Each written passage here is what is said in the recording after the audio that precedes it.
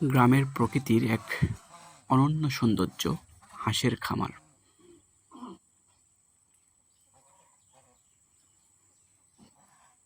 ভোর হতেই শত শত হাঁস দল বেঁধে বের হয় মাঠে আর পুকুরে। তাদের খেলা আর ডাকাডাকি গ্রামকে করে তোলে প্রাণবন্ত। পুকুরে নামতেই হাঁসরা শুরু করে সাঁতার কাটা আর জলকেলি। কখনো ডুব দিয়ে খাবার খোঁজা, কখনো আবার একে অপরের সাথে খেলার দৃশ্যটা সত্যিই চোখে লাগার মতো।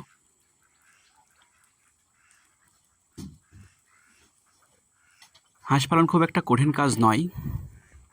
সামান্য জায়গা, একটু খাবার আর যত্নই যথেষ্ট। ধীরে ধীরে তারা ডিম দিতে শুরু করে, যা খামারিদের জন্য বাড়তি আয়ের উৎস হয়ে ওঠে।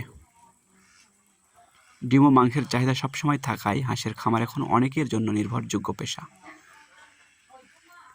গ্রামের অনেক মানুষ হাঁস পালন করে জীবন বদলে ফেলেছে।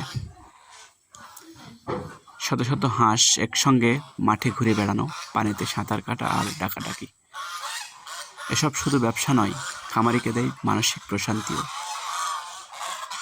সঠিক নিয়ম মেনে হাঁস পালন করলে খুব অল্প সময়ে পাওয়া যায় ভালো ফল।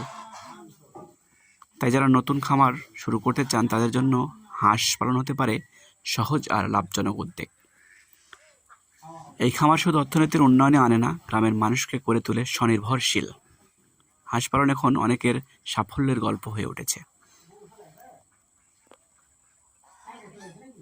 গ্রামের সবুজ মাঠ, নদী আর পুকুরে মুক্তভাবে চড়ে বেড়ানো হাঁসের দৃশ্য সত্যিই মন ভরে দেয়।